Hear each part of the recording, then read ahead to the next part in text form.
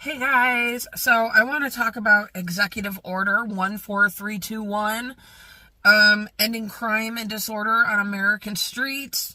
This was enacted by Donald Trump recently in July, I believe, but I'm just sort of now catching on to it. So I took some notes and I want to do a little bit of a discussion on this topic because I have mental illness.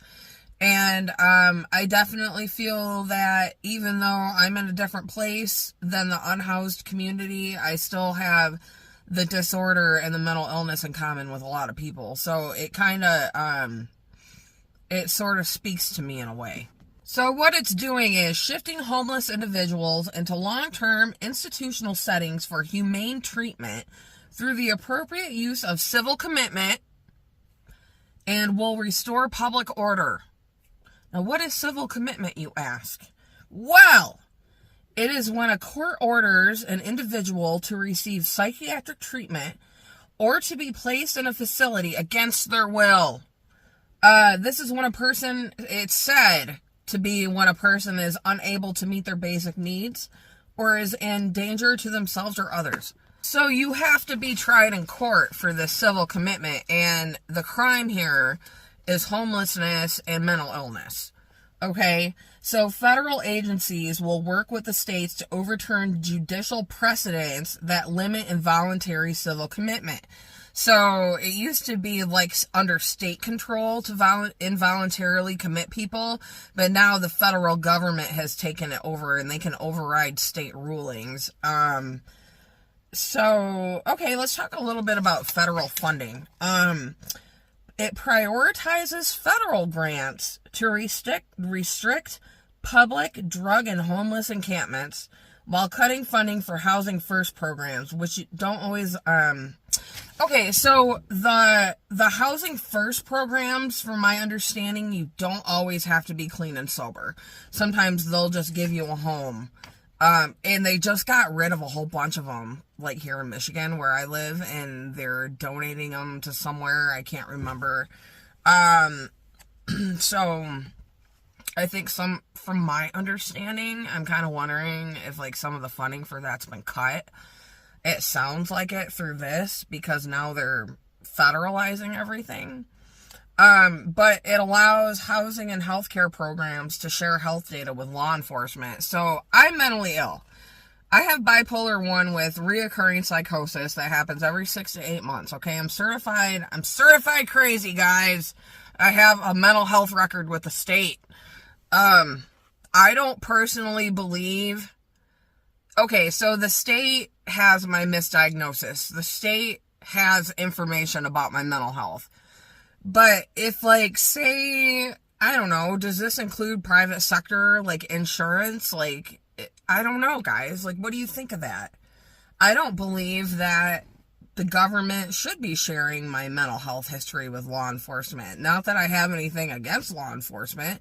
I always have very pleasant, stops, as a matter of fact, and I get pulled over a lot. So, okay, one good thing about this order we're talking about is that they'll be able to track and map unhoused sex offenders.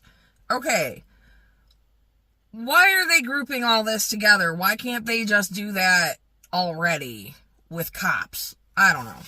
That's just my opinion. Okay, so some criticisms, like professional mainstream criticisms of this order is the criminalization of mental illness. So it falsely links mental illness to crime. And if you're mentally ill, you're more likely to be a victim of crime by normies. Okay? So it falsely links mental illness to crime.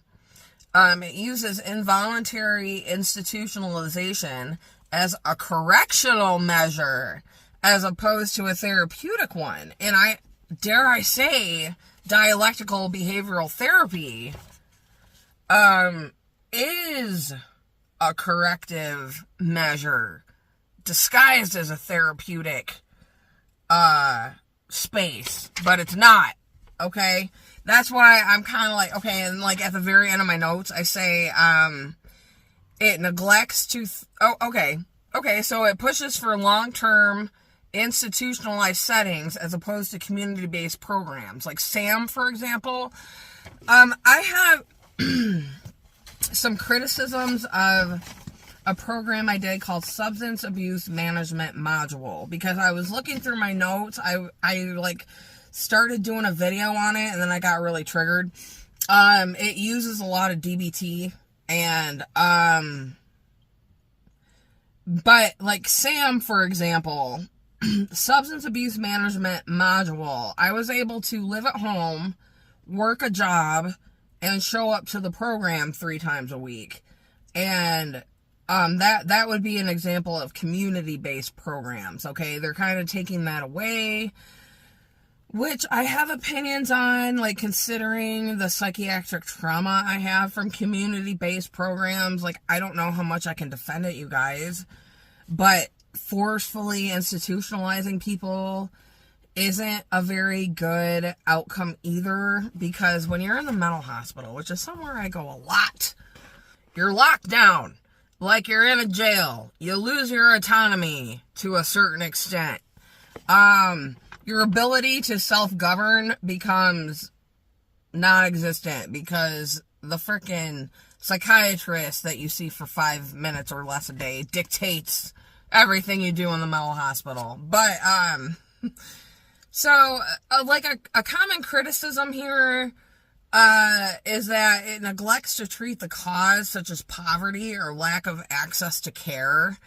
And from just my own personal experience, government-funded care has been negative. It hasn't been good. The first time I went for substance abuse, I was sexually harassed by social workers.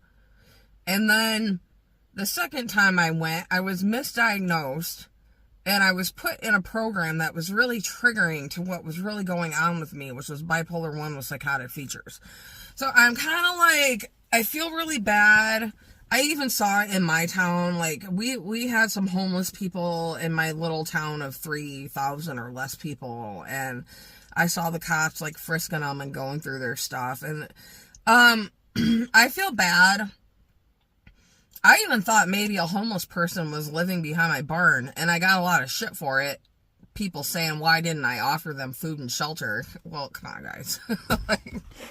Just like this, one good thing about this executive order is that it's attempting to track sex offenders and things like that through the homeless community. Because if you're not able to register, that's a crime right there. So, sex offenders, I'm not really, like, I don't really care about them.